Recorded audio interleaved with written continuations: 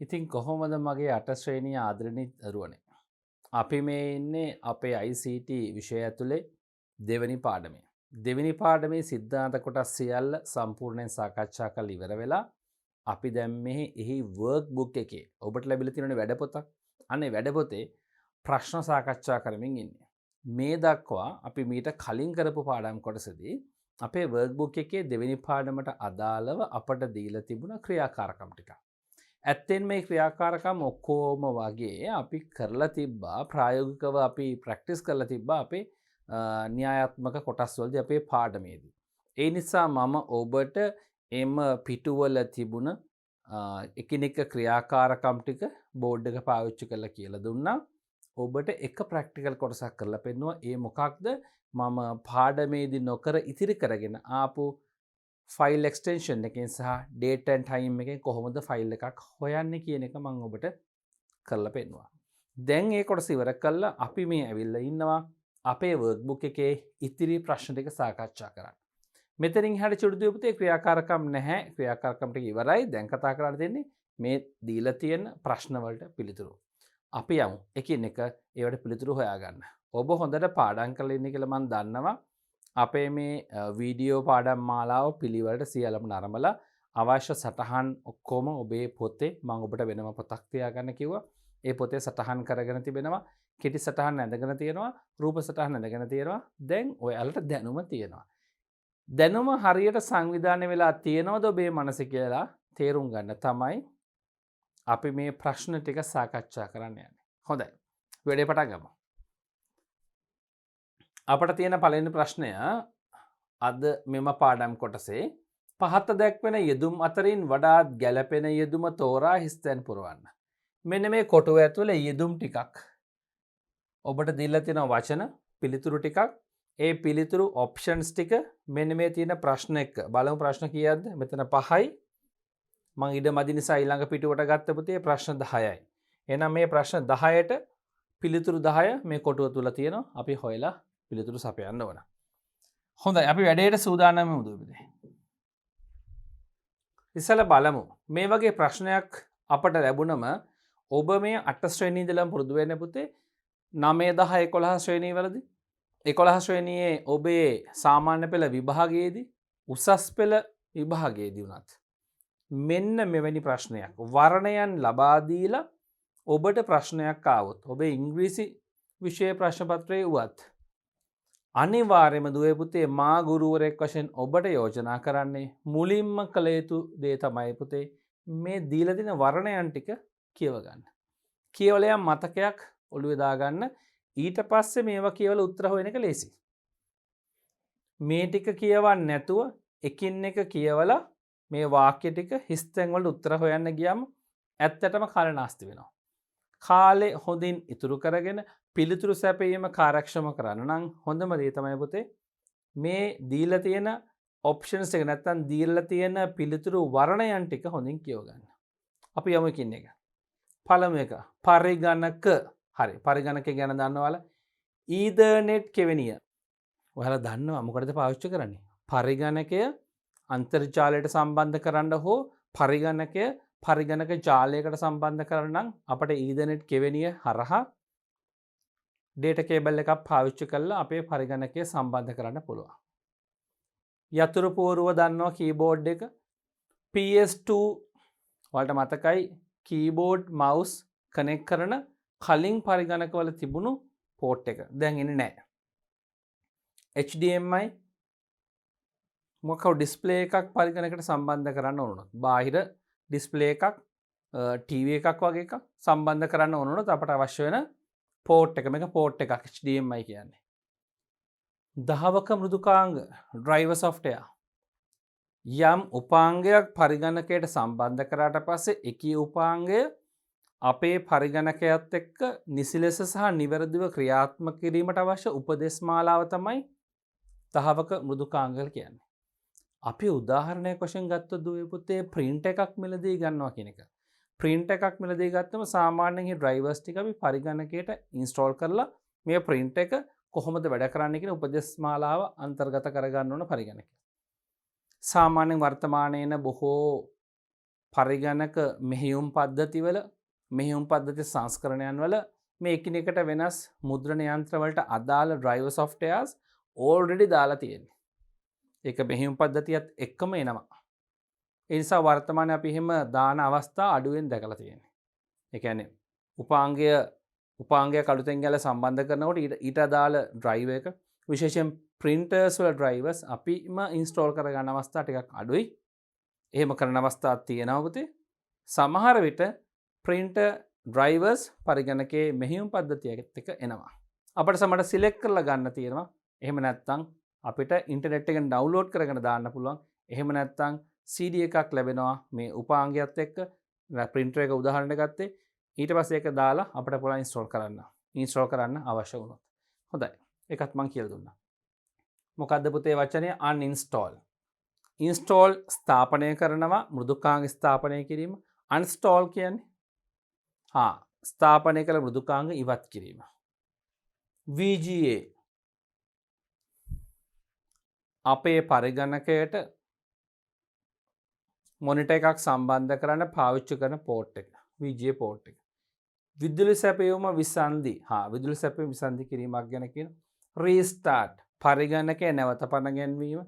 දෘඩාංග දෝෂ අපි දන්නවා ප්‍රධාන ආචායනය දන්නවනේ සාමාන්‍යයෙන් දරුව රැම් එක කියලා අදහස් කරන්නේ ඕක ප්‍රධාන ආචායනය උපදේශ සහ දත්ත తాවකාලිකව ගබඩා කර තබන තැන. උපදේශ සහ දත්ත తాවකාලිකව ගබඩා කර තබන තැන. පරිගණකයේ ක්‍රියාත්මක වන අවස්ථාවේදී පැහැදිලිද පුතේ? හොඳයි. ඊට පස්සේ මෙතෙන්ට යනවා පුතේ USB කියන්නේ පෝට් එකක්. install අර uninstall එකේ විරුද්ධ පැත්ත මෘදුකාංග ස්ථාපනය කිරීම. මෘදුකාංග දෝෂ ඔබ දන්නවා. මෘදුකාංග දෝෂ ගැන අපි කතා කරා RJ45. ඔව් RJ45 කියන්නේ පුතේ මේ ඊදර්නෙට් කෙවිනියට අපි ඩේටා කේබල් එකක් නැත්තම් ජාල රැහැනක් සම්බන්ධ කරනකොට ඒ කෙළවරේ අග තියෙන ජැකට් කියලා අපි කියනවා. කෙළවරේ අග තියෙන කොටසට කියන්නේ RJ45 කනෙක්ට් එකක් තියෙන්නේ. අන්නේ කනෙක්ට් එකට කියනවා RJ45 කියලා.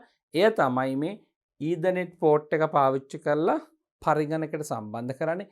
එමගින් අපේ පරිගණකය වෙනත් පරිගණකයකට පරිගණක ජාලයකට හෝ අන්තර්ජාලයට සම්බන්ධ කරන්න පුළුවන්. රවුටර් එකක් කරා. ඕකේ පුතේ? හොඳයි. ඊට පස්සේ තියෙනවා යෙදු මෘදුකාංග. දන්නවනේ? මෘදුකාංග වර්ගීකරණය තුල දුවේ පුතේ අපි මෘදුකාංග වර්ගීකරණය කොටස් දෙකකට බෙදෙනවා. පද්ධති මෘදුකාංග, යෙදු මෘදුකාංග කියලා. හරි නේද? අන්න එහි මේ තිබෙන්නේ යෙදු මෘදුකාංග. ඒ කියන්නේ පරිශීලකයගේ කාර්යයන් ඍජුවම ඉටු කර ගැනීම සඳහාම තවත් සරල කරලා කිව්වොත් පරිශීලකයගේ කාර්යයන් ඉටු කර ගැනීම සඳහාම නිර්මාණය කළ මෘදුකාංග. Windows Media Player එක, VLC Media Player එක, MS Paint කියන චිත්‍ර අඳින software එක, Adobe Photoshop කියන ඡායාරූප සංස්කරණ මෘදුකාංගය, Microsoft Word කියන word processing නැත්නම් ලේඛන සකස් කරන මෘදුකාංගය. මේ ඔක්කොම ටික පුතේ අයිති වෙන්නේ යෙදු මෘදුකාංග වලට. අවසානයේ මූසිකය නැත්නම් මවුස් එක ගැන කියනවා ඔබ දන්නවා. හොඳයි චූටි දුවේ පුතේ දැන් අපිට තිබෙන්නේ ප්‍රශ්න එකින් එක බලාගෙන යන්න. ඔබ මේක විභාගයකදී බලද්දි මෙච්චර ලාවක් කියන්නේ නැහැ මම මේ පැහැදිලි කරන්නේ. ඔබට එකවර මතක් වෙනවා. හොඳයි අපි එහෙනම් ප්‍රශ්න එකින් එක අරන් සාකච්ඡා කරලා බලමු. පළවෙනි ප්‍රශ්නය. හිස්තැනක් සහ හිස්තැනක් පරිගණක සමග කටයුතු කරන විට බොහෝ විට මුහුණ දීමට සිදුවන ගැටලු වේ. පරිගණකයත් එක්ක වැඩ කරනකොට මුහුණ දීමට සිදුවන ගැටලු වර්ග දෙකක් ගැනයි මේ අහන්නේ. ලේසිනේ. ගැටලු වර්ග දෙකක්. අපි දන්නෝනේ පරිගණකයේ ක්‍රියාත්මක වෙද්දී අපට පරිගණක ආශ්‍රිතව හමුවන ගැටලු ප්‍රධාන වර්ග දෙකකට බෙදුවා. දෘඩාංග දෝෂ සහ මෘදුකාංග දෝෂ. ඕක වෙන්නේ නැති අහන්නේ. බලමු. හරි. මෙතන තියෙනවා. මම එකින් එක ගන්න පුතේ.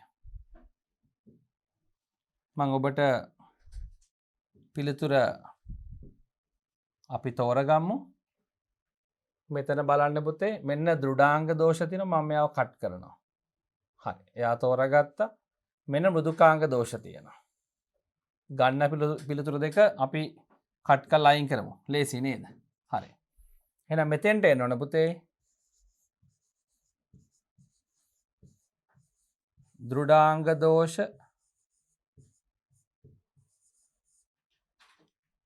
මෙතෙන්ට ගන්නවා මං මෘදුකාංග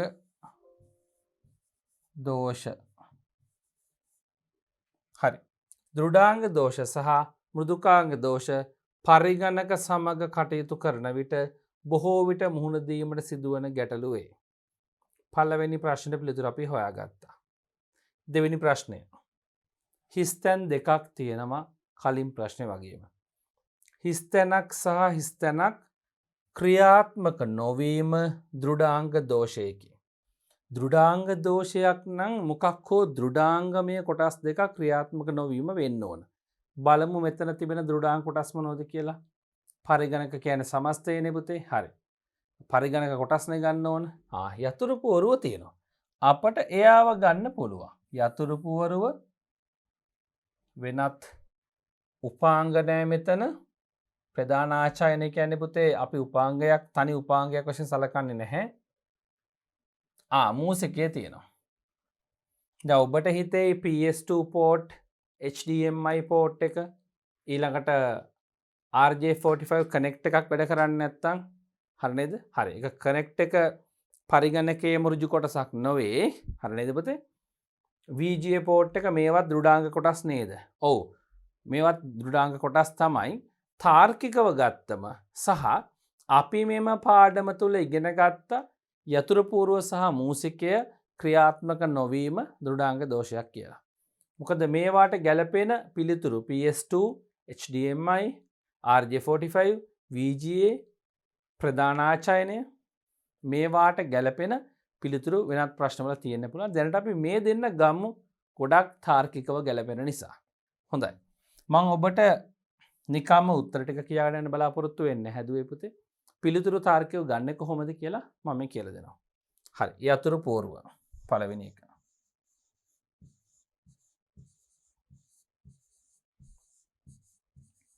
සහ මූසිකය.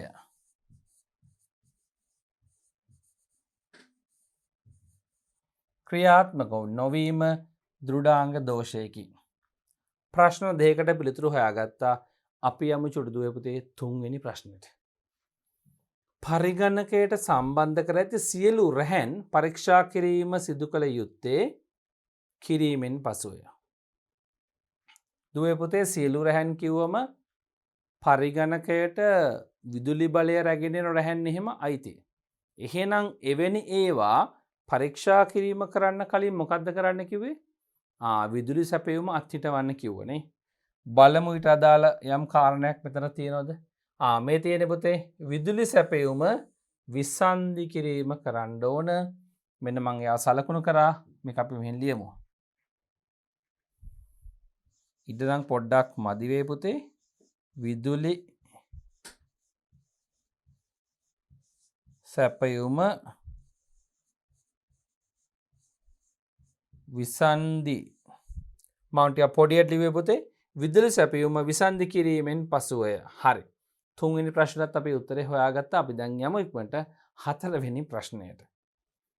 හතරවෙනි ප්‍රශ්නේ අපිට මෙහෙම කියන පුතේ යතුරු පුවරුව සහ මූසිකය සඳහා හිස්තැනක් කෙවෙනි නැත්තම් පෝට් හෝ හිස්තැනක් කෙවෙනි භාවිත කළ හැකිය.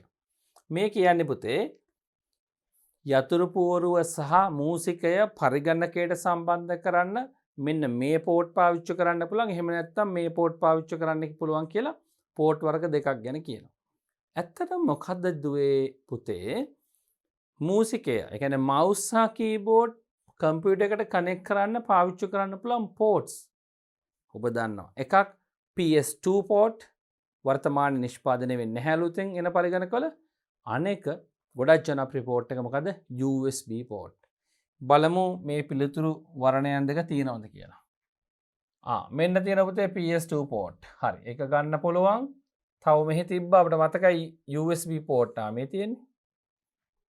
හරි. දැක්කනේ පුතේ. කලින් වර්ණයන් ටික හොඳ අවධානයෙන් කියවලා ආවනම් ප්‍රශ්න වලට උත්තර ඉක්මනට තිබෙන දැන් හොයාගන්න පුළුවන්. අපි ලියමු මෙතන හතරවෙනි ප්‍රශ්නට උත්තරේ. යතුරු පූර්ව සහ මූසිකය සඳහා PS2 කෙවෙනිය නැත්තම් පෝට් හෝ USB කෙවෙනි භාවිත කළ හැකිය. පැහැදිලි නේද? හරි. පස්වෙනි ප්‍රශ්නය අපි කියවලා බලමු. RJ45 සම්බන්ධකය සහිත රැහැන සම්බන්ධ කරනු ලබන්නේ. ඔබ දන්නව දුවේ පුතේ මම මොහොතකට කලින් කිව්වා RJ45 සම්බන්ධකය නැත්නම් RJ45 කනෙක්ට් එක අපි ඩේටා කේබල් එකේ කෙළවරට සම්බන්ධ කරන්නේ. නැත්නම් නෙට්වර්ක් කේබල් එකේ කෙළවරට. එය තමයි පරිගණකයේ හෝ රවුටර් එක හෝ ස්විච් එක අපි ඊතර්නෙට් පෝට් එකට සම්බන්ධ කරන්නේ. හරි. බලමු පුතේ. RJ45 සම්බන්ධකය සහිත රැහැන සම්බන්ධ කරනු ලබන්නේ හිස්තැනක් යේ 8ය. ස්විචේ වෙන්න පුළුවන්, රවුටරේ වෙන්න පුළුවන්, පරිගණකයේ වෙන්න පුළුවන්. නේද පුතේ? නැත්තම් මොඩමේ වෙන්න පුළුවන්. ඔන්න මම අමතර දේවල් කිව්ව ඔබ මේ අහලා තියෙනවා. මෙතනින් ඒවයින් තියෙන්නේ පුතේ මෙන්න බලන්න පරිගණකයේ කියලා තියෙන්නේ. අපට මතකයි ස්විච් එකක් ගැන, එහෙම නැත්නම් රවුටර් එකක් ගැන, මොඩම් එකක් ගැන කොහෙවත් වචනයක් මේකේ තිබුණේ නැහැ. හරිනේ පුතේ. හොඳයි. එහෙනම් පිළිතුර ලියමු පුතේ. පරිගණකයේ මෙන්න පළවෙනි කතාව, පළවෙනි පිළිතුර. හරි. පරිගණකයේ හිස්තැනක්ටය මොකටද පුතේ? මේ උඩ තියෙන්නේ ඊතර්නෙට් කෙවෙනියටය. අපි මේක ලියමු.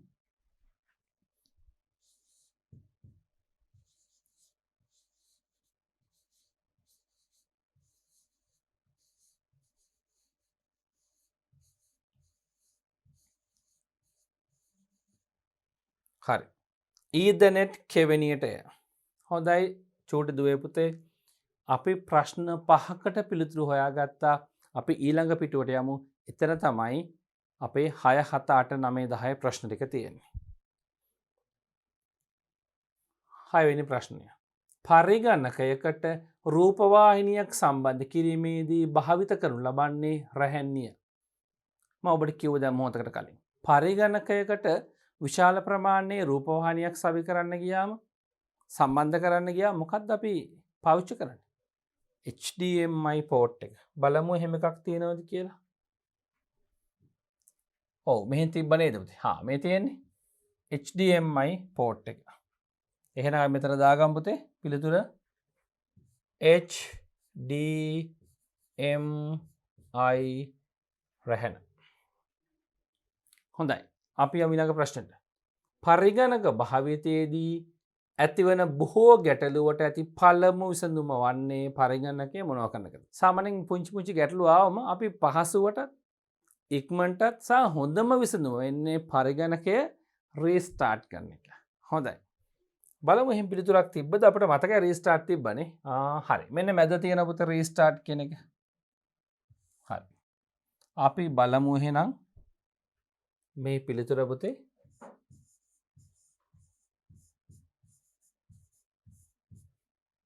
හරි.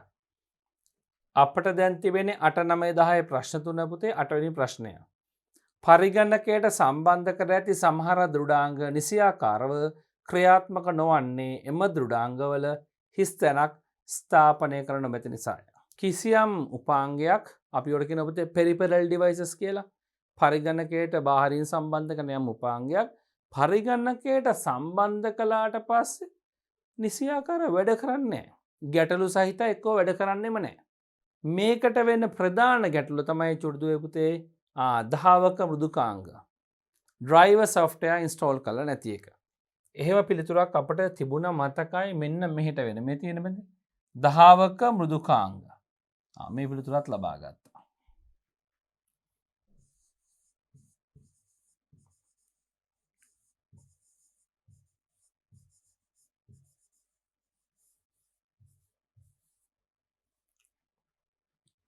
දහවක මෘදුකාංග ස්ථාපනය කර නොමැති නිසාය.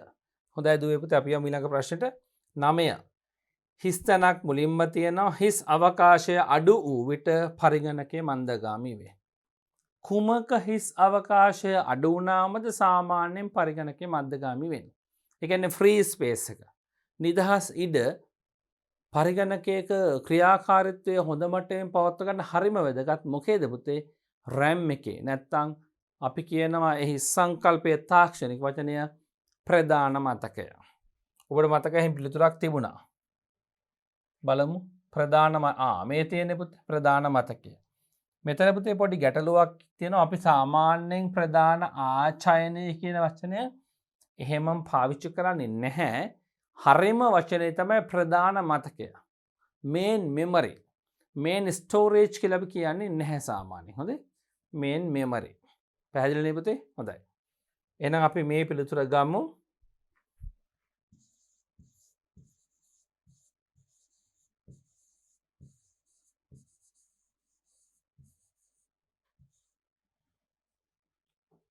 හරි. හරිම පහසුවෙන් අපි එනවා මෙන්න පුතේ 10 වෙනි එහෙම නැත්නම් අවසාන ප්‍රශ්නයට පරිගණකයක කාර්යක්ෂමතාවය වැඩි කර ගැනීමට නම් අනවශ්‍ය මෘදුකාංග මොනව කරන්න ඕනද? බලමු. අනවශ්‍ය මෘදුකාංග මේ බලන්න පුතේ අන්ස්ටෝල් කරන්න ඕන. අයින් කරන්න ඉවත් කරන්න. බලමු. පරිගණකයක කාර්යක්ෂමතාව වැඩි කර ගැනීමට නම් අනවශ්‍ය මෘදුකාංග අපි uninstall කියලා ලියනවා. uninstall කරන්න ඕන. හරි. මේ තියෙන පුතේ පිළිතුර මෙතන හොඳයි. අපි එහෙනම් පුතේ මෙන්න ප්‍රශ්න 10ටම පිළිතුරු හොයාගෙන ඉවරයි. අපේ මෙන්න මේ ප්‍රශ්නේ අද දවසේ අපේ මේ පාඩම කොටසේ පළවෙනි ප්‍රශ්නය සම්පූර්ණයෙන්ම කතා කරලා ඉවරයි. අපට පිළිතුරු 1යි 2යි 3යි 4ක් ඉතුරු වෙලා තියෙනවා පුතේ. ඒවා අවශ්‍ය වෙන පිළිතුරු නෙවෙයි. හරි. අපි යමු පුතේ එහෙනම් ඊළඟ ප්‍රශ්නය සාකච්ඡා කරන්න ක්‍රියාකාරකම 2/4. බලමු පුතේ මේ ප්‍රශ්නය ඇතුලේ අපට මොනවද සාකච්ඡා කරන්න තියෙන්නේ කියලා. බැලුවල්මට ඔබට පේනවා ඔබ පොත අතර ගත්තම චුඩදුවේ පුතේ එහි වර්ක්බුක් එකේ තනි පිටුවක් පුරා තමයි මේ ප්‍රශ්නය තියෙන්නේ. මට මේ බෝඩ් එකට සම්පූර්ණයෙන්ම ඔබට පෙනෙන ප්‍රමාණයට මේ පිටුව ගන්න බෑ තනි පිටුවක් විදිහට. ඒ නිසා පොඩ්ඩක් බලන්න මේ විදිහට පුතේ මම පෝට්ස් දෙක ගානේ මේ අයිටම්ස් දෙක ගානේ අරගෙන තියෙනවා. හරි නේද? හොඳයි. මම දැන් අයිටම්ස් දෙක ගානේ අරගෙන මේ ප්‍රශ්නයට පිළිතුරු සපයන්න අපි බලමු උත්සාහ කරන්න. බලන්න ප්‍රශ්නය පුතේ පහත දැක්වෙන වගුවේ කොටසින් කොටස තියෙන්නේ. හරිනේ පුතේ? පහත දැක්වෙන වගුවේ මුල් තීරුවේ ඇති. මෙන්න මේ මුල් තීරුවේ ඇති. රූපයට අදාළ ඉංග්‍රීසි අක්ෂරය මෙන්න ABC ලෙස තියෙනවා. දෙවැනි තීරුවේ මේ නිල් පාට තීරුවෙන් බෙදලා තියෙන දෙවැනි තීරුවේ අදාළ නම සමග ගලපා හිස් තැන ඉදිරියෙන් ලියන්න. මේ නමත් එක්ක ගලපන්න ඕන. දැන් අපිට මේ ප්‍රශ්නේ කරගෙන යද්දී මම කියවනේ බෝඩ් එකට මම අරන් දෙන්නේ කොටසෙන් කොටස කියලා. හරි. අපිට පුළුවන් මේ පෝට් එක අඳුනගෙන නම හොයන්න. එහෙම නැත්නම් මේ පැත්තේ නමට අදාළ පෝට් එක මේ පැත්තෙන් හොයන්න. ඔය මොකක් හෝ ක්‍රමයකට අපි යමු. නැත්නම් මේ දෙක කවලුවෙන් බලමු. DVI කෙවෙනිය හොයාගන්නත් පුළුවන්. හරිද පුතේ? එහෙම නැත්නම් මේ පෝට් එක පුතේ පැරලල් පෝට් එක ආන්න එක හොයලා ලියන්නත් පුළුවන්. හරි. අපි බලාගෙන යමු. මෙතන තියෙන්නේ පුතේ DVI කෙවෙනිය. ඔබට මතකයි නේද? මොනිටර් එකක් සම්බන්ධ කරන වෙනස්ම කෙවෙනියක්. බලමු ඉස්සරහට ගිහිල්ලා. මේ තියෙන්නේ පුතේ මේක තමයි DVI කෙවෙනිය. K කියන අක්ෂරය තියෙන්නේ අපි ගනිමු මෙතෙන්ට. හරි. මේ බලන්න පුතේ K අක්ෂරය මෙතෙන්ට එන්න ඕන. මම මෙතන ලියනවා පුතේ. හරි. K DVI කෙවෙනිය. ඊට පස්සේ VGA කෙවෙනිය. මොකක්ද පුතේ VGA පෝට් එකෙන් වෙන්නේ? පරිගණකයට මොනිටරය සම්බන්ධ කරන නිල් පාට කෙවෙනිය. අපි බලමු. මට මෙතනින් බලන්න පුළුවන් පහසුවෙන්. හරි. මේ තියෙන්නේ පුතේ VGA කෙවෙනිය. නිල් පාටයි. ඒ පාට මතක තියාගන්න ලේසියි ඔබට. C තමයි අක්ෂරය වෙන්නේ. අපි බලමු පුතේ ඉහළට ගිහිල්ලා. හරි. මෙතන VGA කෙවෙනට දාන්න තියෙන පුතේ C අක්ෂරය. හොඳයි. එහෙනම් චූටි දුවේ පුතේ පළමු මම ගත්ත කොටසේ මෙන්න DVI කෙවෙනිය සහ VGA කෙවෙනිය අපි හොයාගත්තා. අපි යමු ඊළඟ කොටසට. HDMI කෙවෙනිය. අපට මුල් ස්ලයිඩ් එකේ තිබුණේ නැහැ. බලමු පහළ. HDMI කෙවෙනිය මෙන්න තියෙන පුතේ. මේ තියෙන්නේ HDMI කෙවෙනිය. අක්ෂරය මොකක්ද පුතේ? F. හරි. F අක්ෂරය යටතේ තිබෙන්නේ පුතේ HDMI කෙවෙනිය. හරි. හොඳයි. ඊළඟට අපිට තියෙන්නේ පුතේ E SATA කෙවෙනිය. මේක අපි කියවන්නේ චූටි දුවේ පුතේ E SATA කියන කෙවෙනිය. E SATA පෝට් එක. මට පොඩි කාරණයක් කියන්න තියෙනවා චූටි දුවේ පුතේ. පරිගණකයේ දෘඩාංග ආශ්‍රිතව ගත්තොත් SATA පෝට් සහ E SATA පෝට් කියලා වර්ග දෙකක් තියෙනවා. මේ SATA SATA පෝට් වර්ග කිහිපයක් තියෙනවා. එයින් ප්‍රධාන වශයෙන් සාමාන්‍ය SATA පෝට් තියෙනවා. ඒව තිබෙන්නේ පරිගණකයේ අභ්‍යන්තරයේ මව්පෝරුව මත. ඔය CD drive එක, DVD drive එක, එහෙම නැත්නම් Blu-ray drive එක මදර්බෝඩ් එකට සම්බන්ධ කරන්න පාවිච්චි කරන SATA පෝට්. E SATA නෙමෙයි අපි කියන්නේ SATA පෝට් කියලා. පොදුවේ. හරිද පුතේ? ඊට අමතරව hard disk drive එක සම්බන්ධ කරන්නත් මේ කියන SATA පෝට් පාවිච්චි කරනවා.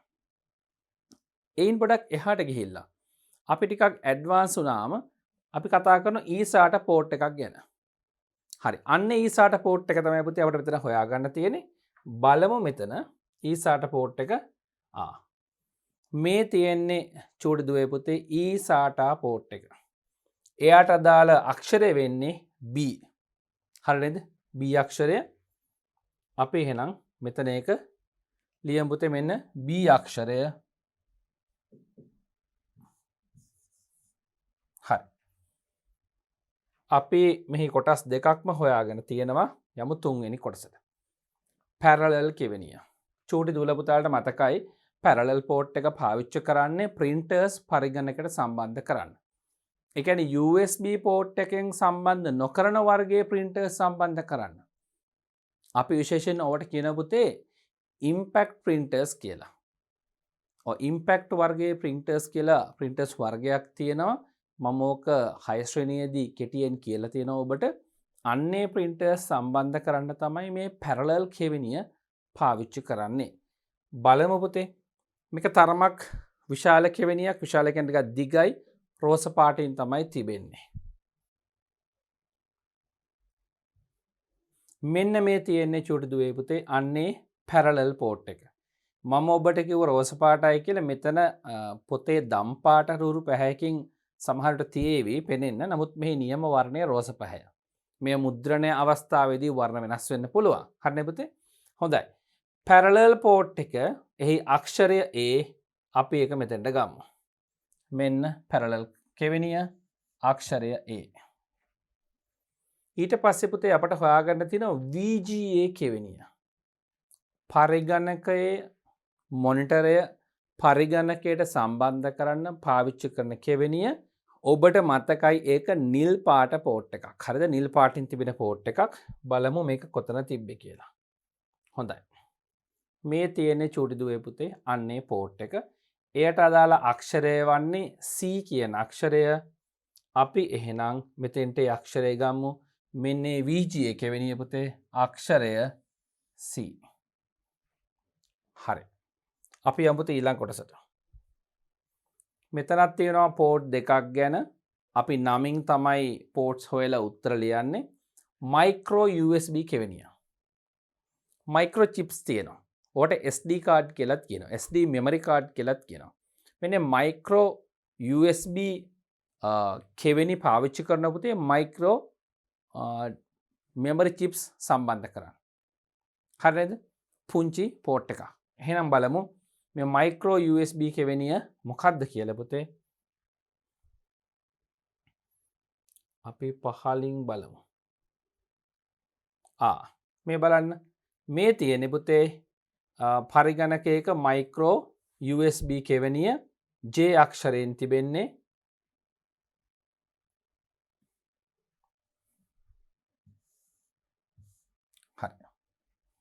මට පොඩි කාරණයක් කියන්න තියෙනවා.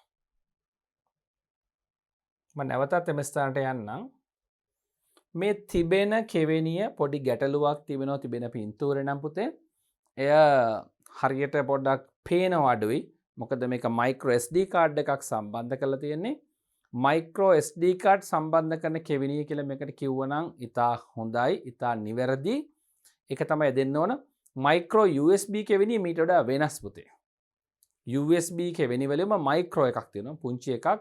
එක එක ප්‍රමාණයෙන් USB කෙවෙනි තියෙන පුතේ. එක එක version වලින් ආපු එක එක ප්‍රමාණ වලට ආපු USB කෙවෙනි තිබෙනවා.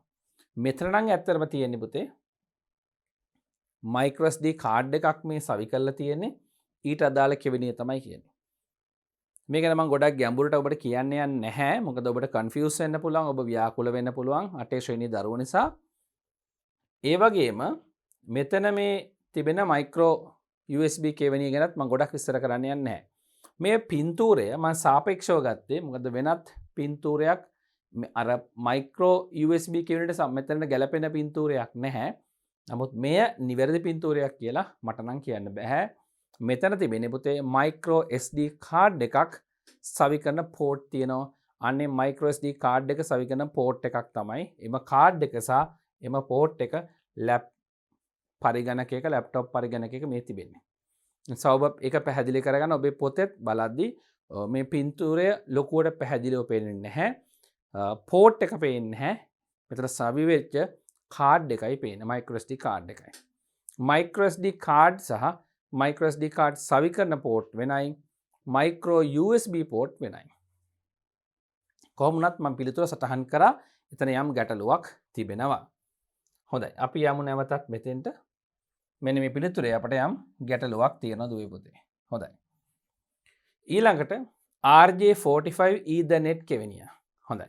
RJ45 Ethernet කෙවෙනිය කියන්නේ පුතේ RJ45 connect එකක් සම්බන්ධ කරන Ethernet network port එක ගැනයි මේ අහන්නේ. මෙන්න ළඟම තියෙනවා පුතේ network port එක. ඔබට හොඳට මතකයි මේ හැඩය. එහෙනම් පිළිතුර G. හරි. අපි යමු ඊළඟ කෙවෙනි නම් දෙක බලමු. HD audio කෙවෙනියයි HD audio කෙවෙනියයි display port කෙවෙනියයි තමයි අපට ඊළඟට බලන්න තියෙන්නේ. මොකක්ද දුවේ පුතේ HD audio කෙවෙනිය? audio sound jacks ගහන්නේ පුතේ. හරි ඔබට මතකයි. බලමු. මෙතන ඉහළ තිබ්බා. මේ තියෙන්නේ පුතේ.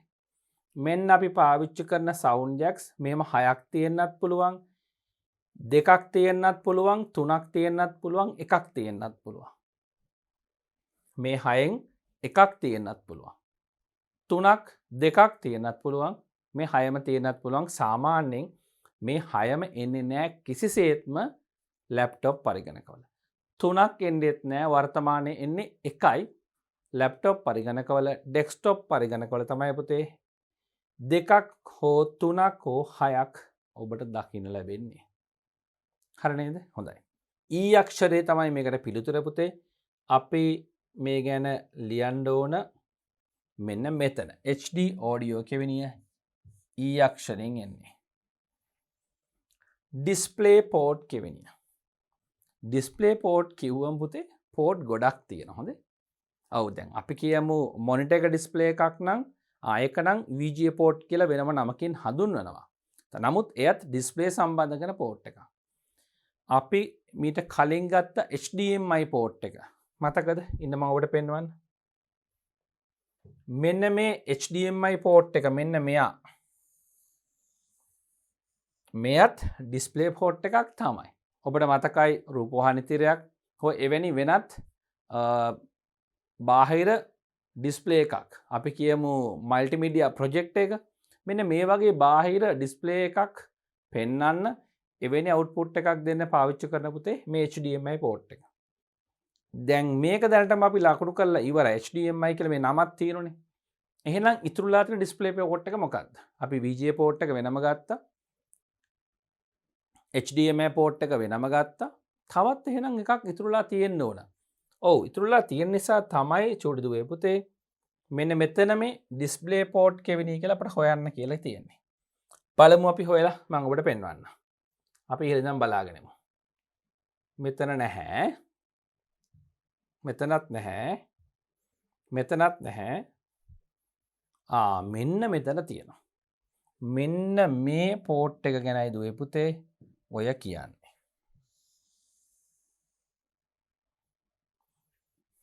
ඩිස්ප්ලේ එකක් සම්බන්ධ කරන්න පුළුවන් පෝට් එකක් තමයි මේ ඩිස්ප්ලේ පෝට්. පිළිතුර අක්ෂරය H. අපි එහෙනම් මේක සම්බන්ධ කරන්න ඕන පුතේ මෙන්න මෙතෙන්ට. ඩිස්ප්ලේ පෝට් කෙවෙනිය H. හරි. අපි යමු ඉදිරියට. තවත් කෙවෙනි දෙකක නම් තියෙනවා PS2 කෙවෙනිය USB කෙවෙනිය. ඉතාම පහසුයි ඔබට. මතකද මෙහි විශේෂත්වය?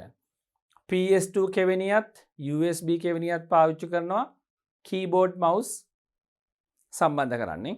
ඒක ළඟට අවිලා නේද? හරි. අපි ඉස්සෙල්ලා හොයාගමු PS2 කෙවෙනිය. මේ තියෙන ළඟින්ම කීබෝඩ් මවුස් සම්බන්ධ කරන PS2 කෙවෙනිය. L අක්ෂරයෙන් තියෙන්නේ. හරි. ඊට පස්සේ USB කෙවෙනිය. මේක නම් නෙවෙයි නේද? අපි හොයාගමු යාව. ඔබට මතකයි USB කෙවෙනිය. මෙන්න මෙතන තියෙනවා. මේ තියෙන්නේ පුතේ. මෙන්න USB කෙවෙනිය. මෙන්න මෙයා. හරි. පහසුයි. අපි එහෙනම් එයාගේ අක්ෂරය හොයාගමු D.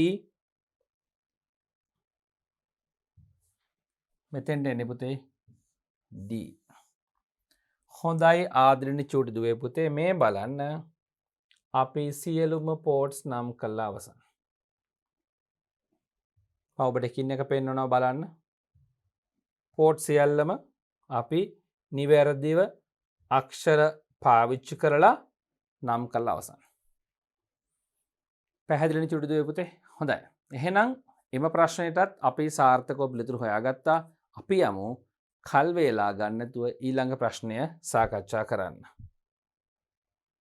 ක්‍රියාකාරකම 2/4 අවසන් කළා. අපි වෙලෙ ඉන්න ක්‍රියාකාරකම 2/5. ක්‍රියාකාරකම 2/5 ඔබට තියෙනවා බහුවර්ණ ප්‍රශ්න. මොකද්ද පුතේ බහුවර්ණ ප්‍රශ්න කියන්නේ? දරුවන්ට මතක ඇති අවබෝධයක් තියෙනවා. මම පොඩි හැඳින්වීමක් කරන්න. චූටි දුවේ පුතේ බහුවර්ණ ප්‍රශ්න කියලා කියන්නේ බහු වර්ණ. බහු කියන්නේ ගොඩක් නැත්නම් කිහිපයක්. වර්ණ කියන්නේ තෝරා ගැනීම. පිළිතුර ලෙස තෝරා ගැනීම කිහිපයක් දීලා තියෙන ප්‍රශ්න වලට තමයි බහුවර්ණ ප්‍රශ්න කියන්නේ. ඉංග්‍රීසියෙන් කියනවා multiple choice questions. multiple බහු choice වර්ණ. එහෙනම් multiple choices question කියලා අපි කියනවා. එහෙනම් choices ගොඩක් තියෙනවා. වර්ණයන් තෝරා ගැනීම ගොඩක් තියෙනවා. එයින් එකක් තමයි පිළිතුර වශයෙන් තෝරන්න වෙන්නේ. සමහර විභාගවල වෙන මෙහෙමත් තිබෙන ඒවා ඉහළ විභාගවල ඒ කියන්නේ උපාධි මට්ටමේ විභාගවල තියෙන පුතේ අපි කියමු පිළිතුරු 5ක් තියෙනවා කියලා තෝරගන්න. චූටි දුවල පුතාට නම් පිළිතුරු 4න් එකක් තෝරන්න වෙන්නේ. සමහර අයියලා අක්කලා කරන විභාගවල පිළිතුරු 5න් එක උත්තරයක් වෙන්නත් පුළුවන්, උත්තර 2ක් හරි වෙන්නත් පුළුවන්, උත්තර 3ක් හරි වෙන්නත් පුළුවන්, උත්තර 4ක් හරි වෙන්නත් පුළුවන්, උත්තර 5ම හරි වෙන්නත් පුළුවන්. හරිම අමාරු නේද? එහෙම ප්‍රශ්නක් තියෙනවා. හරි. එවැනි බහුවර්ණ ප්‍රශ්න කිහිපයක් තමයි මෙන්න අපිට සාකච්ඡා කරන්න තියෙන්නේ. බලමු පුතේ 2/5 ක්‍රියාකාරකම යටතේ මේ තියෙන බහුවර්ණ ප්‍රශ්න එකින් එක අරගෙන. පහත දැක්වෙන බහුවර්ණ ප්‍රශ්න සඳහා දී ඇති පිළිතුරු අතරින් නිවැරදි පිළිතුර තෝරා එයට යටින් ඉරක් අඳින්න. හොඳයි. පරිගණකය සමග කටයුතු කරන ඔබට බොහෝ විට මුහුණ දීමට සිදුවන මූලික ගැටලු වර්ග දෙකක් ඇත. ඒවා නම් පරිගණකයත් එක්ක වැඩ කරද්දී අපට හමු වන ගැටලු මූලික වශයෙන් වර්ග දෙකයි. මතකයි ඔයාලට මොනවද පුතේ? දැන් මේ හම් වෙන තුන්වෙනි වතාව නේද? ඔව්. දෘඩාංග දෝෂ සහ මෘදුකාංග දෝෂ. බලමු. මූල්‍යමය ගැටලු සහ භාෂාමය ගැටලු. නෑ එහෙම ප්‍රශ්න අපිට පරිගණකයත් එක්ක කරද්දී එන්නේ නෑ. ගණිත ගැටලු සහ දෘඩාංග ගැටලු. ඔව් ගණිත ගැටලු විසඳන්න තමයි පරිගණකය පාවිච්චි කරන එක ගැටලුවක් නෙවෙයි. හැබැයි දෘඩාංග ගැටලු හරියි. මෘදුකාංග ගැටලු සහ දෘඩාංග ගැටලු. අන්න පුතේ ප්‍රශ්නයට අදාළ පිළිතුර C. අවසානක බලමු මෘදුකාංග ගැටලු සහ භාෂාමය ගැටලු. භාෂාමය ගැටලු විසඳ ගන්න පුළුවන් පරිගණකය පාවිච්චි කරලා. පිළිතුර පුතේ පළවෙනි ප්‍රශ්නෙට C මෘදුකාංග ගැටලු සහ දෘඩාංග ගැටලු. අපි පිළිතුර හොයාගත්තා. යමු ප්‍රශ්නාංක 2ට. ප්‍රශ්නාංක 2. සරල දෘඩාංග දෝෂයක් සඳහා උදාහරණයක් වන්නේ. සරල දෘඩාංග දෝෂයක්. ඒක දෘඩාංග දෝෂවල සරල එකක්. බලමු. මෙහෙයුම් පද්ධතිය අක්‍රිය වීම. මෙහෙයුම් පද්ධතිය අක්‍රිය වීම දෝෂයක් තමයි. හැබැයි එය මෘදුකාංග දෝෂයක්. පිළිතුර වශයෙන් බාර ගන්න බෑ. මූසිකය ක්‍රියාත්මක නොවීම. අන්න පුතේ සරල දෘඩාංග දෝෂය. සරලයි. මූලික මට්ටමේ නැත්නම් සරල මට්ටමේ අපට හමු වන දෘඩාංග දෝෂයක් තමයි මූසිකයේ ක්‍රියාත්මක නොවීම. මේක තමයි පුතේ පිළිතුර වෙන්නේ B. අපි අනෙක් වර්ණයන් දෙකත් සලකලා බලමු. පරිගණකය ආරම්භ කිරීමට වැඩි කාලයක් ගත වීම. පරිගණකය ආරම්භ කිරීමට වැඩි කාලයක් ගත වීම දෘඩාංග දෝෂයක් වෙන්නත් පුළුවන්, මෘදුකාංග දෝෂයක් වෙන්නත් පුළුවන්. මේ දෙකේම එකතුවෙන් හැදුණු දෝෂයක් වෙන්නත් පුළුවන්. හරි නේද? හොඳයි. ඒ නිසා එකවරම එක සරල දෘඩාංග දෝෂයක් පමණක් කියලා ගන්න බෑ. සරලත් නෑ එක. හොඳයි. රයිට්. ප්‍රධාන ආචයනයේ හිස් අවකාශයේ අඩුවීම. ප්‍රධාන ආචයනයේ හිස් අවකාශයේ අඩුවීම කියන එකේ පොඩි අපට තේරුම් ගන්න කාරණයක් තියෙනවා. බලමු. මේ ප්‍රධාන ආචයනය කියන වචනේ මම ඔබට මීට කලිනුත් මේ ගැන යම් සඳහනක් කරා. දුවේ පුතේ ප්‍රශ්නය සැකසූ අය මේ ප්‍රධාන ආචයනය කියන එක ගැන හිතුවේ එයාලා අදහස් කරේ ප්‍රධාන මතකය කියන එක නම්.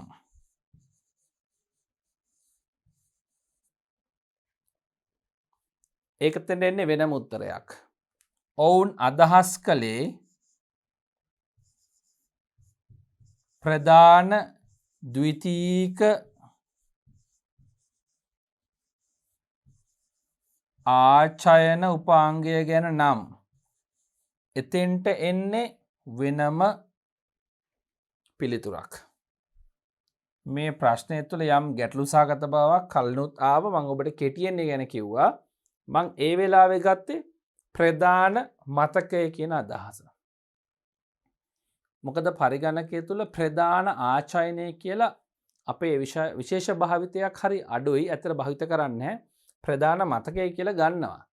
ද්විතීක ආචයන උපාංගල ප්‍රධාන වශයෙන් පාවිච්චි කරන ආචයනයක් තියෙන්න පුළුවන්.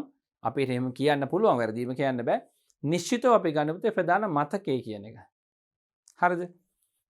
ප්‍රධාන ආචයනයේ හිස් අවකාශය අඩුවීම ගැටලුවක් තමයි මේ පැත්තට අනුව. ඔව්, හાર્ඩ් ඩිස්ක් එක ගනිමු. HDD එක, එහෙම නැත්නම් SSD එක, solid state drive එක. මෙහි යම් හිස් ඉඩක් තිබෙන්න ඕන පරිගණකය හොඳින් වැඩ කරන්න නම්. අපි කියමු අවශ්‍ය ප්‍රමාණයට හිස් ඉඩක් තිබුණ නැත්නම් පරිගණකයේ කාර්යක්ෂමතාවය අඩු වෙනවා. පරිගණකයේ විටින් ස්ටක් වෙන්න බලනවා, හිර වෙන්න බලනවා. නිසි ලෙස වැඩ කරන්නේ නැහැ. ඵලදායීතාවයකින්, කාර්යක්ෂමතාවයකින් යුතුව පරිගණකය ක්‍රියාත්මක වෙන්නේ නැහැ පුතේ. ද්විතීක ආචයනයේ නැත්නම් ප්‍රධාන ද්විතීක ආචයනයේ අවශ්‍ය පමණට හිස් ඉඩ තිබුණ නැත්නම්. ඔව්, ඒක ගැටලුවක්. මොන ගැටලුවක්ද? දෘඩාංග දෝෂයක්. හැබැයි ඒක සරල දෘඩාංග දෝෂයක් නෙවෙයි. මේ මූසිකයේ ක්‍රියාත්මක නොවීම කියන කාරණෙත් එක්ක සංසන්දනාත්මකව බැලුවම. මේක දෘඩාංග දෝෂයක්. ඒක හරි. හැබැයි මෙයත් එක්ක සංසන්දනය කරාම මූසිකයේ ක්‍රියාත්මක නොවීම කියන දෝෂයත් එක්ක සංසන්දනය කරාම මේක සරල නෑ, මේක සංකීර්ණයි, මේක සරලයි. හරි නේද? ඒ වගේම ප්‍රධාන මතකය තුල යම් යම් දත්ත සහ උපදේශ රඳා පවතින පරිගණකයේ ක්‍රියාත්මක වන අවස්ථාවේදී නිසි හිස් ඉඩක් තිබුණ නැත්නම් එයත් පරිගණකය ස්ලෝ වෙන්න, ස්ටක් වෙන්න හේතු වෙනවා. තවත් ගැටලු ඇති වෙන්න හේතු වෙනවා. හරිද පුතේ? එයත් දෘඩාංග පැත්තට ගන්න පුළුවන් දෝෂයක් පුතේ. ඒක හැබැයි සරල දෘඩාංග දෝෂයක් නෙවෙයි මේකත් එක බැලුවම. මේක කිව්වේ මූසිකයේ ක්‍රියාත්මක නොවීමේ දෝෂයත් එක බැලුවම ප්‍රධාන මතකයේ ඉඩ මදිවීම සරල දෘඩාංග දෝෂයක් නෙවෙයි. එහෙනම් පිළිතුර වෙන්නේ දුවේ පුතේ මේ සියලු කරුණු බැලුවම B මූසිකය ක්‍රියාත්මක නොවීම. ඔබට මේ පැහැදිලි කිරීමේ යම් සංකීර්ණ බවක් දැනුනොත් මම මේ කරු පැහැදිලි කිරීම තව එක සැරයක් බලන්න. හොඳින් ශ්‍රවණය කරන්න. එතකොට ඒක පැහැදිලි කරගන්න පුළුවන්. හොඳයි. අපි යමු ඊළඟ ප්‍රශ්නයට, තුන්වෙනි ප්‍රශ්නයට. පරිගණකයක් ජාලය හා සම්බන්ධ නොවීමට හේතු විය හැක්කේ. ඔව්, පරිගණකයක් තියෙන එක පරිගණක ජාලයකට සම්බන්ධ කරලා තිනවා. නමුත් භෞතිකව රැහන් මගින් හෝ රැහන් රහිතව මේක සම්බන්ධ කරලා තියෙන්න පුළුවන්. නමුත් අපට පරිගණකයේ තුල පේනවා සම්බන්ධතාවයේ ගිලීලා නැත්නම් සම්බන්ධතාවයක් නැහැ කියලා. මේක වෙන්න මොනවද බලපාන හේතු? මේක මෘදුකාංග දෝෂයක් වෙන්න පුළුවන්ලු. ඔව්. පරිගණකයක් ජාලය හා සම්බන්ධ නොවීමට මෘදුකාංගමය දෝෂ බලපානවා. අපි කරුණු කිහිපයක් කතා කරා සිද්ධාන්ත කොටස් වලදී. දෘඩාංග දෝෂත් බලපානවා. නෙට්වර්ක් පෝට් එක පිච්චිලා, වයර් එක බුරුල් වෙලා, කවුරේ වයර් එක ගලවලා නැත්නම් සවි කරලා නැහැ. අනෙක් පසින් සම්බන්ධ කරන උපාංග අක්‍රිය වෙලා තියෙන්න පුළුවන්. හොඳයි. වෛරස් ආසාදනයක් ඒකත් බලපානවද පුතේ? ඔව්. වෛරස ඒ කියන්නේ වෛරස වැනි වෙනත් හානිකර මෘදුකාංග වුණත් මේකට බලපාන්න පුළුවන්. යම් හානිකර මෘදුකාංගවල බලපෑම මගින් පරිගණකයක් ජාලය හා සම්බන්ධ නොවී තියෙන්න පුළුවන්. වැටහුණාද පුතේ? හොඳයි. ඔව්, ඊළඟට බලන්න පුතේ D එක ටිකක් වෙනස් එකක් කියනවා. ඉහත කරුණු සියල්ලම. හරිනේ පුතේ. ඕකනේ උත්තරේ. ඇයි? මෘදුකාංග දෝෂ බලපානවා, දෘඩාංග දෝෂ බලපානවා, වෛරස් ආසාදනයේ බලපානවා. මේ තුනම බලපාන්න පුළුවන්. මේ තුනෙන් එකක් හෝ කිහිපයක් නිසා පරිගණක ජාලයක් සමග පරිගණකයක් සම්බන්ධ නොවී තියෙන්න පුළුවන්. ඒ නිසා පුතේ මේකට පිළිතුර වෙන්නේ ඉහත කරුණු සියල්ලමය. පැහැදිලි නේද පුතේ? හොඳයි. අපි යනවා පුතේ හතරවෙනි ප්‍රශ්නයට. පරිගණකයක් බලගැන්විය නොහැකි අවස්ථාවක පරිගණකයට විදුලිය ලැබේදැයි පරීක්ෂා කිරීමට ඔබට සිදුවේ. පරිගණකයක් බලගැන්විය නොහැකි අවස්ථාවක්. ඒ කියන්නේ පරිගණකයක් ස්විච් ඔන් කරන්න බැහැ. එවැනි අවස්ථාවක විදුලිය පරිගණකයට නිසියාකාරව ලැබේදැයි චෙක් කරන්න ඔබට සිදුවෙනවා. එවැනි අවස්ථාවක ඔබ මුලින්ම කළ යුතු දේ කුමක්ද? මේක හරි වැදගත් ඔබේ ජීවිතයට ප්‍රායෝගිකව. පරිගණකයට විදුලිය සපයන රැහැන හොඳින් සවි කිරීමයි. පරිගණකයට විදුලිය සපයන රැහැනක් තියෙනවා. මේක හොඳින් සවි කරන්න යනවා. ඒක නම් කරන්න එපා. ඒක නෙවෙයි ඉස්සෙල්ලම කරන්න ඕනේ. ඒක වැරදි. හරි. UPS එකට විදුලිය සපයන රැහැන පරීක්ෂා කිරීම. නිවසේ ප්‍රධාන පේනුවකින් UPS එකට කරන්ට් එක ගේන විදුලි බලය අරන් එන අන්නේ රැහැන පරීක්ෂා කිරීම. නෑ, ඒකටත් කලින් කරන්න දෙයක් තියෙනවා පුතේ. හරි නේද? ප්‍රධාන සැපයුමින් විදුලිය විසන්ධි කිරීමය. අන්න ඒක තමයි ඉස්සෙල්ලම කරන්න ඕන. ප්‍රධාන සැපයුමින් විදුලිය විසන්ධි කිරීමයි පුතේ ඉස්සෙල්ලම කරන්න ඕන. හරිද? මට මේක තුල කියලා දෙන කාරණා ටිකක් තියෙනවා. චුට්ටක් ඉන්න අපි හතරවෙනි එකත් බලමු. පරිගණකය බලගැන්වීමේ බොත්තම එබීමය. බලගන්වන්න බැරි අවස්ථාවක ආයි බටන් ප්‍රෙස් කළ වැඩක් නැහැ. එක වතාවක්, ටිකකින් තව වතාවක්, ඕනනම් තුන්වෙනි වතාවකට උත්සාහ කළා කම්පියුටර් ස්විච් ඔන් වෙන්නේ නැත්නම්, බලගැනීම වෙන්නේ නැත්නම් ඔය බටන් එක කැඩනකම් ඔබ බින්දලා වැඩක් නැහැ. එහෙම කරන්න යන්න එපා. හරිනේ පුතේ? ඒ නිසා මේකත් වැරදි. ඔබට යමක් කියන්න තියෙනවා කිව්වා. මෙන්න මේ කරුණු බලන්න. අපෙන් අහන්නේ විදුලිය ලැබේදයි පරීක්ෂා කරන්න. දැන් පරිගණකයට විදුලිය ලැබේද කියලා පරීක්ෂා කරන්න බැහැනේ. පරිගණකයට විදුලිය සපයන සැපයුම විසන්ධි කරලා. ඔබ මගෙන් එහෙම අහන්න පුළුවන්. ඉතින් සර් පරිගණකයට එන කරන්ට් එක නවත්තලා අපට පුළුවන් ද කරන්ට් එක නෝද බලන්න? ඔව්, ඔබ ඊටාම තාර්කික ගැටලුව මගෙන් අහන්නේ. එහෙම තමයි. හැබැයි චූටි දුවේ පුතේ, දැන් පරිගණකයට හරියට විදුලිය එනවද කියලා බලන්න අපි විවිධ පරීක්ෂා කිරීම කරනවා. රැහැන් ගලවලා බලනවා. තියෙන ඒවා එහෙමම තද කරලා බලනවා. මේ වගේ විවිධ ක්‍රියාකාරකම් කරනවා. මුලින්ම රැහැන් ගලවලා තද කරන්න යනකොට මේවා ස්පාර්ක් වෙන්න පුළුවන් හෙල්ලිලා. හරිද පුතේ? ඒ නිසා සහ අපේ අත ස්පර්ශවල ඇඟිලි ස්පර්ශවල අපිට විදුලි සැර වදින්න පුළුවන්. මේ නිසා ඉස්සෙල්ලම රැහැන් භෞතිකව පරීක්ෂා කරන්න කලින් මගේ චූටි දුවේ පුතේ හොඳම දේ මොකද්ද ඔබ කළ යුත්තේ? විදුලි සැපීම විසන්ධි කරන්න. ඊට පස්සේ රැහැන් එකින් එක ගලවලා නැවතත් සවි කරලා හොඳින් සවිලා තියෙනවද කියලා බලන්න. UPS එකෙන් එන ඒවා අන්නේ කරන්ට් එක ඔක්කොම කරන්ට් එකේ එන විදුලි රැහැන් ඔක්කොම චෙක් කරලා බලන්න. පැහැදිලිනේ? අන්න ඒකයි කිව්වේ පුතේ ප්‍රධාන සැපයීමෙන් විදුලිය විසන්ධි කිරීම ඉස්සෙල්ලම කරන්න.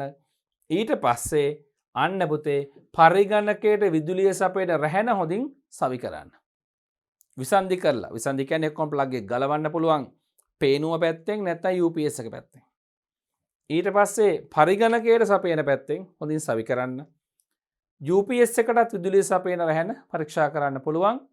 ඔබේ බිත්තියෙන් නම් නැත්තම් මල්ටි ප්ලග් එකකින් නම් කරන්ට් එක එන්නේ අන්නේ ප්ලග් එක ගලවන්න UPS එක ඕෆ් කරලා ඔන් කරලා එයින් එන විදුලිය පරිගණකයට නිසි පරිදි එනවද කියලා බලන්න. UPS එක ඔන් කරලා බලන්න දෙපැත්තෙන් ප්ලග්ස් හොඳට සවි කරාට පස්සේ. හරිද? ඊට පස්සේ මේ සියලු විදුලි සැපයුම් සක්‍රිය කරන්න කම්පියුටර් එක ඔන් කරලා බලන්න. හරි නේද? මම එක පැහැදිලි කරේ මේක හරි වැදගත් කාරණයක්. ව්‍යාකූලව මනසේ මේ කරුණු තියාගන්න බෑ. පිළිවෙලට නිවැරදිව තියෙන්න ඕන. මේක අපේ ජීවිතය හා සම්බන්ධ ගැටලුවක් තර්ජනයක් තියෙන්නේ. යම් අත්පසුවීමක් වුණොත් මේ චුටි දරුවන්ට ලොකු අනතුරක් වෙන්න පුළුවන්. හොඳයි. අපි යමු ඉස්සරහට. පස්වෙනි ප්‍රශ්නය. පහත දැක්වෙන උපාංග අතුරින් පරිගණකයේ USB කෙවනිය භාවිත කර පරිගණකයට සම්බන්ධ කළ නොහැකි උපාංගයක් වන්නේ. උපාංග 4ක් දීලා තියෙනවා. ඒවා අතුරින් මොකක්ද පුතේ? USB කෙවනිය පාවිච්චි කරලා පරිගණකයට සම්බන්ධ කරන්න බැරි එකයි අහන්නේ. නොහැකි උපාංගය. බලමු එකින් එක. මුද්‍රකය. printers පරිගණකයට සම්බන්ධ කරන්න බැරිද USB හරහා? අපොයි පුළුවන්. ඒ නිසා මේක සම්බන්ධ කළ හැකි උපාංගයක්. සංදර්ශකය එහෙම නැත්නම් ඩිස්ප්ලේ එක. එහෙම නැත්නම් පරිගණකයේ මොනිටර් එක නැත්නම් බාහිරින් තිබෙන ටීවී යන්ත්‍රයකට හිතන්නත් පුළුවන්. මෙතන නම් කෙලින්ම කියන්නේ මොනිටර් එක. මොනිටර් එක සම්බන්ධ කරන්න බැරිද USB පාවිච්චි කළා? බෑ. මොනිටර් එක නම් සම්බන්ධ කරන්න බෑ USB එකක් පාවිච්චි කළා. ඒ නිසා පිළිතුර වෙන්නේ අපට හම් වෙන පුතේ B1 නොහැකි උපාංගය සංදර්ශකය. අපි අනිත් පිළිතුරු දෙකත් පරීක්ෂා කරලා බලමුනේ. ඔව් අපි හැමයි ප්‍රශ්න වල පිළිතුරු සාකච්ඡා කරනවා කියන්නේ. මේ පිළිතුර හරියන්නේ කොහොමද කියලා දන්නවා. අනිත් ඒවා වර්ධින්නේ කොහොමද කියලා දැනගමු. සුපරීක්ෂකය. එහෙම නැත්නම් අපි ඉංග්‍රීසියෙන් කියන ස්කෑනර් කියලා. මේ ස්කෑනර් එක පරිගණකයට සම්බන්ධ කරන්නෙම USB පෝට් පාවිච්චි කරලා. ඒ නිසා නොහැකි උපාංගයක් නෙමෙයි. D යතුරු පුවරුව. ඔබ දන්නවා දැන් PS2 පෝට් එන්නේ නැහැ. කීබෝඩ් මවුස් දෙකම පරිගණකයට සම්බන්ධ කරන්නේ USB පෝට් වලින්. එහෙනම් චුටි දුවේ චුටි පුතේ මෙන්න සංදර්ශකය තමයි USB කෙවනිය කරහා පරිගණකයට සම්බන්ධ කරන්න බැරි උපාංගය. අපි යමු ඊළඟ ප්‍රශ්නයට. මොකක්ද පුතේ? 6 වෙනි ප්‍රශ්නයට. පරිගණකයට රූපවාහිනියක් සම්බන්ධ කරන්නේ නම් ඒ සඳහා වඩාත් සුදුසු කෙවනිය වන්නේ කුමක්ද? ගෙදර ඔබේ පරිගණකයක් තිබෙනවා මේකට ටීවී එක සම්බන්ධ කරගන්න ඕනේ. ඒ කියන්නේ ඔබේ පරිගණක තීරය වෙනුවට ඔබ විශාල ටීවී එකක් ගෙදර තියෙන නිසා ඒකෙන් බලාගෙන වැඩ කරන්න කැමති වෙනවා. හරි. මොකද්ද මේකට ගැලපෙන්නේ පුතේ? USB කෙවනිය. බෑ. USB කෙවනියෙන් පුතේ සංදර්ශක ටීවී සම්බන්ධ කරන්න බෑ. අපි මීට කලින් ප්‍රශ්නයකට කතා කරා. හොඳට මතක තියාගන්න. USB කෙවනිය පාවිච්චි කරන්නේ නැහැ වීඩියෝ ට්‍රාන්ස්ෆරින් වලට. ඒ කියන්නේ වීඩියෝ ඒ මොහොතේම තිරයක් මත වීඩියෝ දර්ශන මවන්න USB කෙවනියකට කරන්න පුළුවන් දෙයක් නෙවෙයි. ඒ නිසා මේක සුදුසු නෑ, ගැලපෙන්නේ නෑ. DVI කෙවෙනිය. DVI කෙවෙනියෙන් වීඩියෝ රූප මවන්න පාවිච්චි කරන්න පුළුවන් හැබැයි මොනිටර් එකකට. රයිට් පරිගණකයක මොනිටර් එක පරිගණකයට මොනිටර් එකක් සම්බන්ධ කරන්න DVI පෝට් එක පාවිච්චි කරන්න පුළුවන් ගැටලුවක් නැහැ. හැබැයි මේක ටීවී යන්ත්‍රයක් සම්බන්ධයෙන් මේ කරන්න බැහැ. ඊසාට පෝට් එක. ඊසාට පෝට් එකත් වීඩියෝ වලට පාවිච්චි කරන්න පුළුවන්. හැබැයි බාහිර තියෙන ටීවී යන්ත්‍රයක් පරිගණකයට සම්බන්ධ කරන්න මේක පාවිච්චි කරන්න බෑ. එහෙනම් ඔබ පිළිතුර දන්නවා. මොකද්ද පුතේ? HDMI පෝට් එක තමයි මේකට පාවිච්චි කරන්න පුළුවන් සුදුසුම කෙවෙනිය. අනෙක් පෝට් තවත් උපකරණ පාවිච්චි කළ සම්බන්ධ කරන අවස්ථාවක් නම් ඔබට දැක ගන්න පුළුවන් වෙයි. දැනට ඒ ගැන හිතන්න එපා. ටීවී එකක් පරිගණකයට සම්බන්ධ කරන්න වඩාත්ම සුදුසු වෙන්නේ HDMI කෙවෙනිය කියලා මතක තබා ගන්න. හොඳයි දැනුම ඔබේ දැනුම අලුත් වෙනවා. ඔබ සිද්ධාන්ත කොටස් වලදී ඉගෙන ගත්ත කොටස් වලට තව කොටස් එකතු වෙනවා දැනුම වශයෙන් ඔබේ මේ ප්‍රශ්න සාකච්ඡා කිරීම තුළ. අපි තවත් දැනුම එකතු කරගමු. තව අපිට තිබෙනවා ප්‍රශ්න කිහිපයක් සාකච්ඡා කරන්න. 7 වෙනි ප්‍රශ්නය. පරිගණකයට සංදර්ශකයක් සම්බන්ධ කළ නොහැකි කෙවෙනිය වන්නේ. ඔබ හොඳ අවධානයෙන් ඉන්නවා නම් මේ ප්‍රශ්නෙම අනෙක් පසට වෙනත් පැත්තකින් ඇහුව කලින් ප්‍රශ්නයක්. මම පෙන්වන්න. මේ බලන්න පුතේ. මෙන්න මේ ප්‍රශ්නය.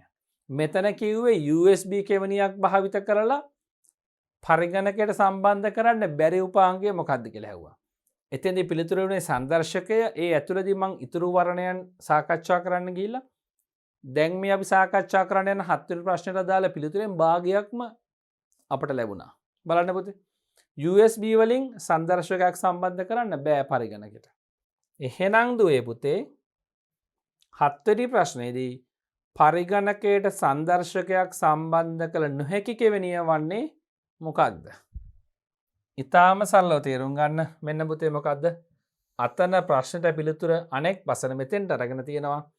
USB කෙවෙනියෙන් සංදර්ශකයක් එහෙම නැත්නම් ඩිස්ප්ලේ එකක් කනෙක්ට් කරන්න බෑ. හරි නේද? හොඳයි. අපි හොඳ අවධානයෙන් හිටියොත් අපිට මේවා අඳුර ගන්න පුළුවන්. DVI කෙවෙනියෙන් මොනිටර් එකක් සම්බන්ධ කරන්න පුළුවන්. VGA කෙවෙනියෙන් මොනිටර් එකක් සම්බන්ධ කරන්න පුළුවන්. HDMI කෙවෙනියෙන් මොනිටර් එකක් සම්බන්ධ කරන්න පුළුවන්. මම කියන්නේ ඩිස්ප්ලේ එකක්, බාහිර ඩිස්ප්ලේ එකක් සම්බන්ධ කරන්න පුළුවන්. හරි නේද? හොඳයි.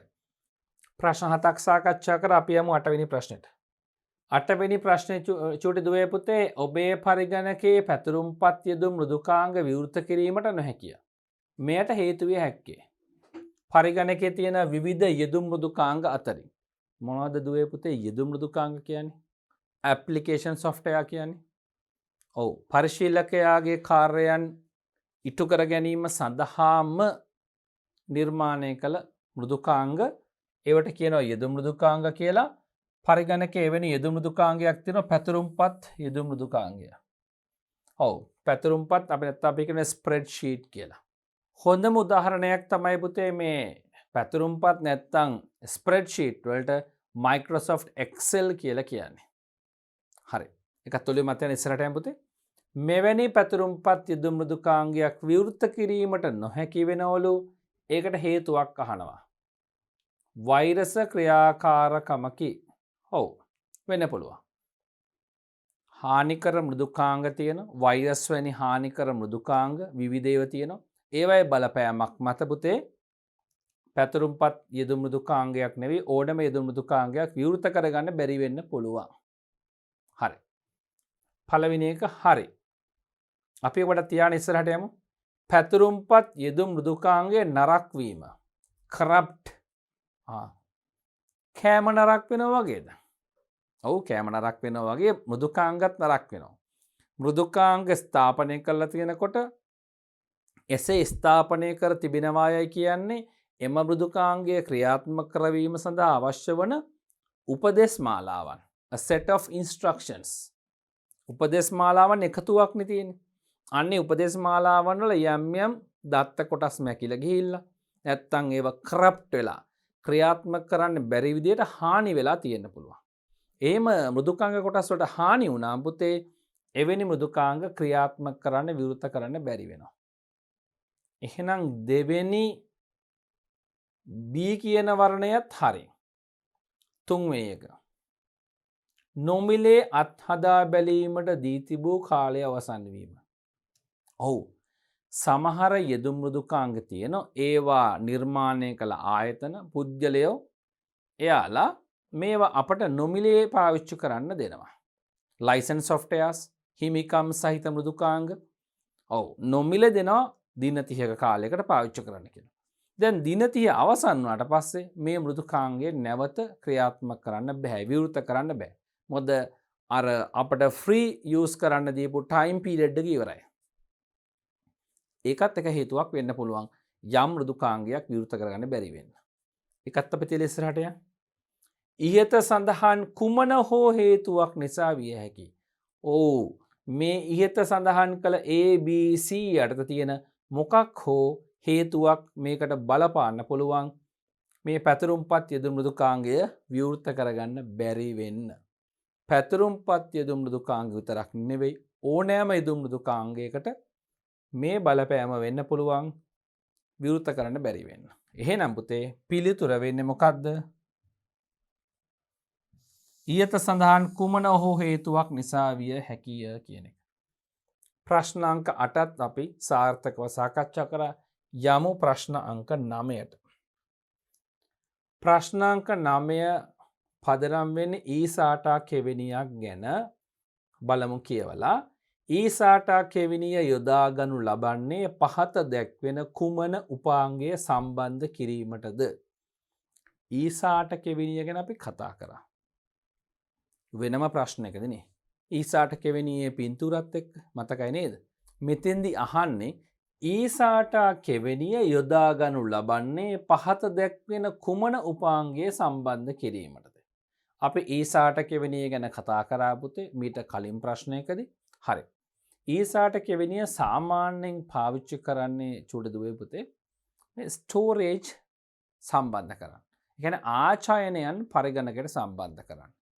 අභ්‍යන්තර හෝ බාහිර ආචායනයන් පරිගණකයට සම්බන්ධ කරන්න අපි පාවිච්චි කරනවා.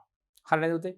ඊට අමතරව පුතේ අපි කියමු පරිගණක ජාලයක් ඇතුලේ වෙනමම තියෙන නෙට්වර්ක් ස්ටෝරේජ් එකක්. ඒ කියන්නේ ජාලය හරහා සෑම ජාලයේ සෑම පරිගණකයක් එක්කම සම්බන්ධ කරපු නැත්නම් එක් පරිගණකයකට හෝ සම්බන්ධ කරපු නෙට්වර්ක් ස්ටෝරේජ් එකක් තියෙනවා. ඒ කියන්නේ ජාලය වැඩ කරන හැමෝටම තමන්ගේ ෆයිල්ස් ෆෝල්ඩර්ස් අන්නේ නෙට්වර්ක් ස්ටෝරේජ් එකේ සේව් කරන්න පුළුවන්. වෙනම එක්ස්ටර්නල් ස්ටෝරේජ් එකක්. මෙන්න මේක අපි කියමු පරිගණකයේ සේවාදායක පරිගණක නැත්නම් සර්වර් එකත් එක්ක සම්බන්ධ කරන්න ඊසාට පෝට් එක පාවිච්චි කරනවා. එහෙනම් දුලපුතාට අදහසක් තියෙනවා. ඊසාට පෝට් එක බර වෙන්නේ කොයි පැත්තද? ස්ටෝරේජ් පැත්තට. බලමු. ගබඩා කිරීම පැත්තට. A සංදර්ශකය. නෑ සංදර්ශකයක් ඩිස්ප්ලේ එකක් සම්බන්ධ කරන්න පාවිච්චි කරන්නේ ඊසාට පෝට් එක. මූසිකය හෝ යතුරු පුවරුව. නෑ. මවුස් කීබෝඩ් සම්බන්ධ කරන්නෙත් නෑ. ඉහළ තත්ත්වයේ නාදක. ඒ කියන්නේ සවුන්ඩ් ඩිවයිසස්. නෑ. සවුන්ඩ් ඩිවයිසස් සම්බන්ධ කරන්නත් පාවිච්චි කරන්නේ නෑ. එහෙනම් ඔබ දන්න පිළිතුර මොකක්ද පුතේ? බාහිර ආචායන උපාංග. ඔව් මේක තමයි පිළිතුර පුතේ. බාහිර ආචායන උපාංග සම්බන්ධ කරන්න තමයි ඊසාට පෝට් එක පාවිච්චි කරන්නේ. එහෙනම් ආදරණීය චූටි දුවේ පුතේ මෙන්න ඔබ 9 වෙනි ප්‍රශ්නේ පිළිතුරත් හොඳින් දැනගත්තා. අපි යමු අවසාන ප්‍රශ්නය වන පුතේ 10 වෙනි ප්‍රශ්නයට අපේ දෙවෙනි පාඩමේ මේ ප්‍රශ්නවල. පරිගණකයට සම්බන්ධ කරනු ලබන බොහෝ උපාංග ඒවාට ආවේනික වූ විවිධ කෙවෙනි හරහා සම්බන්ධ කිරීම මුල් කාලයේ සිදු වුවද තාක්ෂණයේ දියුණුවත් සමග උපාංග බොහෝමයක් සම්බන්ධ කළ හැකි පොදු කෙවෙනියක් නූතන පරිගණකවල දක්නට ඇත. එම කෙවෙනිය වන්නේ. මේ ප්‍රශ්නය හොඳින් තේරුම් ගමු. චූටි දුවේ පුතේ මේ පොදු කෙවෙනියක් ගැනයි කියන්නේ. ඒ කියන්නේ උපාංග බොහොමයක් උපාංග වැඩි ප්‍රමාණයක් සම්බන්ධ කරපුලම් පොදු කෙවෙනියක්.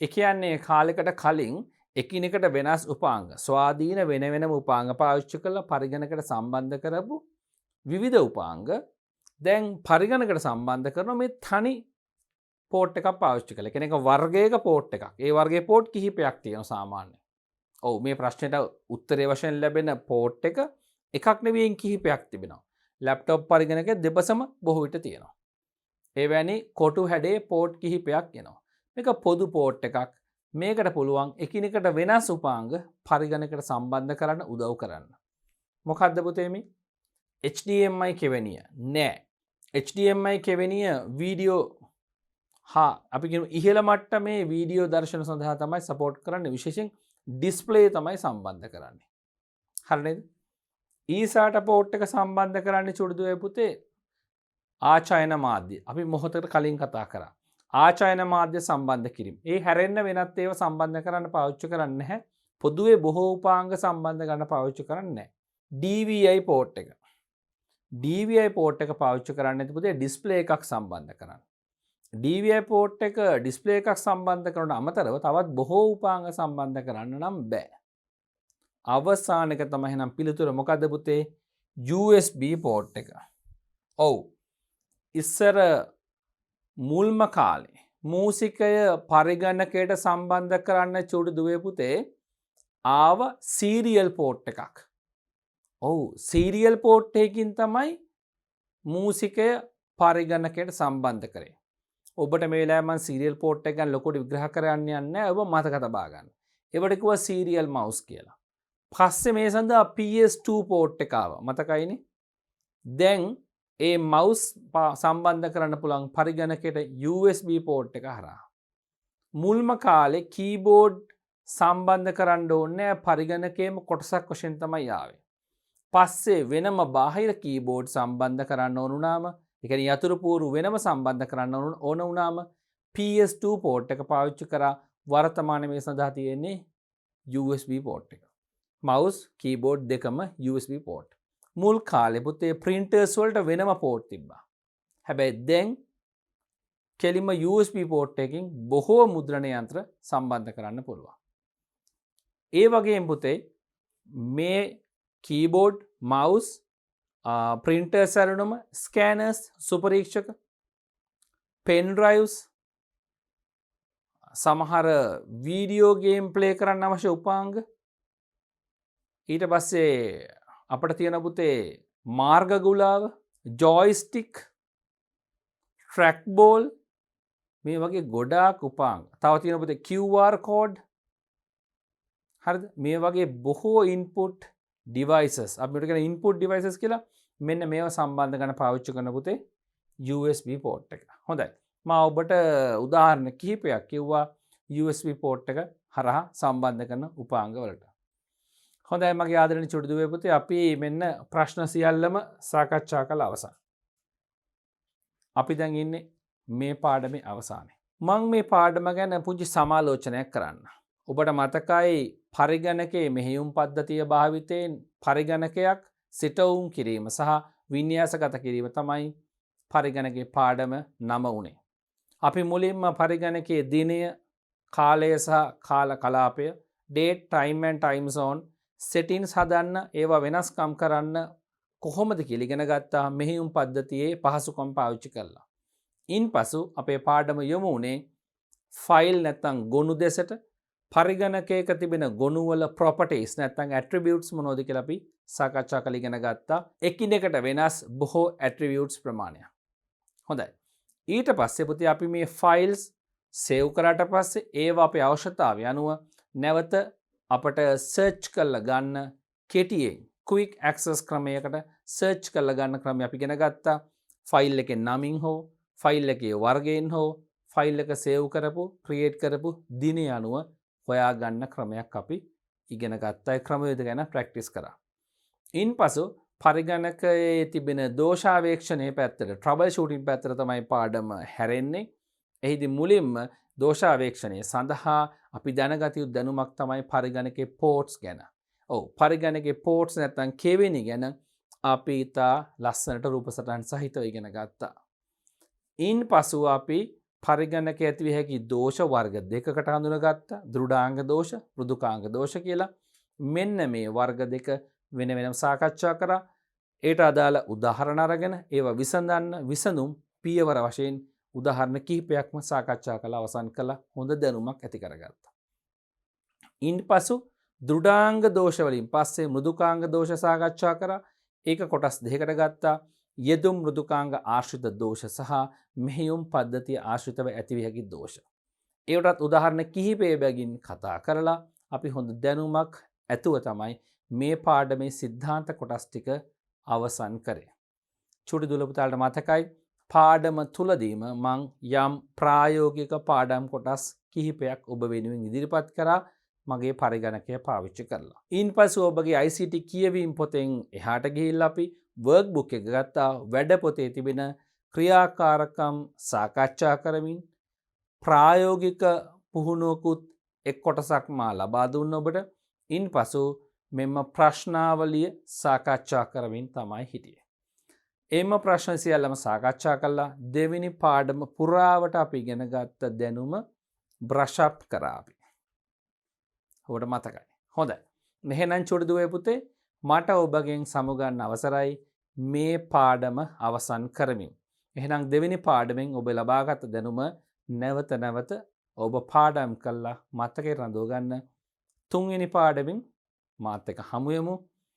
නිතරම හොඳින් ජලය පානය කරමින් පරිගණක තිරය අසල නැත්තම් ඔබේ ස්මාර්ට් ජංගම දුරකථනයේ ටැබ් යන්ත්‍රය පාවිච්චි කරන්න. ඒ වගේම හොඳ විවේකයෙන් ලබා ගන්න මේ වීඩියෝ දර්ශන නරඹන අතර ඇස් නිතරම මා නිතරම කියන වගේ ඔබට ඇස් ඉවතර ගන්න තිරයෙන් නිතර කෙටි විවේක රාශියක් ගන්න වැඩ කරන ඉගෙන ගන්න කාලය තුල ඔන්ලයින් මේ ඉගෙන ගන්න කාලය තුල නැත්තම් මේ වීඩියෝ දර්ශන නරඹන කාලය තුල හොඳ සුව පහසු අසුනක වාඩි වෙන්න නිවැරදි ඉරියව්වෙන් අංශක 90 හැඩයට වාඩි වෙන්න පාද හොඳට පොළවේ තබාගෙන ඔබ පාවිච්චි නොකරන වෙලාවක මවුස් එක අල්ලගෙන ඉන්න පාත් පහලින් තබා ගන්න මේ ආකාරයට පාවිච්චි නොකරලාට කීබෝඩ් මවුස් ටච් කරගෙන ඉන්න යන්න එපා. බොහොම රිලැක්ස් සැහැල්ලුවෙන් ඉන්න. අවශ්‍ය හැම නෝට් එකක්ම ලියා ගන්න. සමරි හදා ගන්න. ගැලීම් සටහන් හදා ගන්න. සංකල්ප සිතියම් නිර්මාණය කරගන්න. හොඳට මේ දැනුම ඔබේ මනසට එකතු කරගන්න. එහෙනම් අපි තුන්වෙනි පාඩමෙන් හමු වෙනකන් මේ පාඩමෙන් ඔබෙන් සමුගන්නවා. ඔයාලා හැමෝටම ආයුබෝවන්.